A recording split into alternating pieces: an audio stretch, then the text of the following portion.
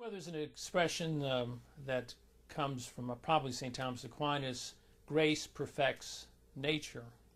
So therefore, if a person, and they can be a nice person, a good person, but if they are sensual, if they can't control their appetites, if they're disorderly, if they're not punctual, if they do not know how to take care of themselves in terms of the way they dress and look and act, if they cannot speak properly, if they do not know how to use their time, and we could go on and on, if they are a person who is self-indulgent, who works, we could go on forever in terms of, because we can see all these things in ourselves to some extent or another.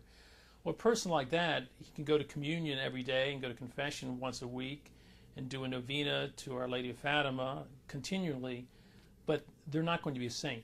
They're not going to be an example of a true Christian, because those graces can pour over them, but they'll just pour right off of them because there's no matter, which are the human virtues: prudence, justice, fortitude, temperance, all these classic virtues, which are habits, which are strings, some of which are infused through grace, but they, at the same time, many of them are acquired, like we acquire any good habit, which is by repetition.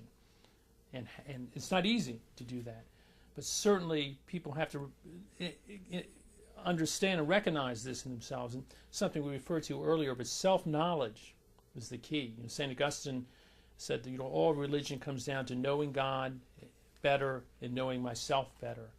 If I know myself better, I'm going to be honest, and I'm going to, over time, make efforts to be a better person.